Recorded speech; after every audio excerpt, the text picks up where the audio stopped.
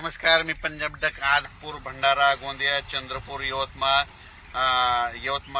अकोला, अमरावती या भागात जोरदार पाऊस पडणार आहे। म्हणजे तो पाऊस 7, 8, 9, 10 तारखेपर्यंत जोरात पडणार आहे, म्हणून त्यांच्यासाठी आनंदाची बातमी।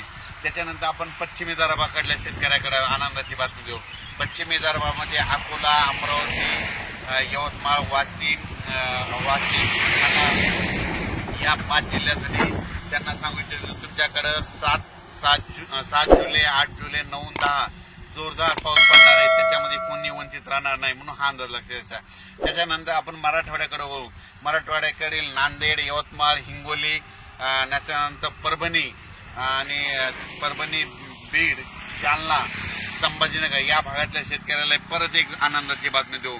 म्हणजे नांदेड, हिंगोली, परभणी, बीड, जालना, संभाजीनगर ह्या पट्ट्यातल्या शेतकऱ्याला सांगतो, आज रात्री 7 जुलैला रात्रीच्याला जोरदार पाऊस पडणार आहे।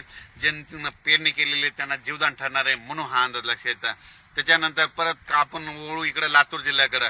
लातूर जिल्हा, धाराशिव जिल्हा, बार्शी जिल्हा, त्याच्यानंतर नगर जिल्हा त्या भागामध्ये थोडा म्हणजे विखुरलेल्या स्वरूपात पाऊस पडणार आहे ह्या 4 दिवसामध्ये 7, 8, 9, 10।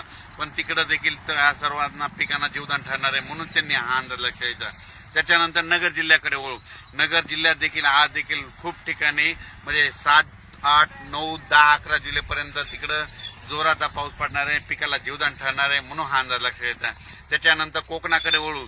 कोकणातील संपूर्ण म्हणजे साताऱ्यापासून ते कळवण, नाशिक पर्यंत तिकडे जोराचा पाऊस राहणार आहे, आणि त्या जोराचा पाऊस पडल्यामुळे नाशिककडे नद्याला पूर येणार आहे। तिकडे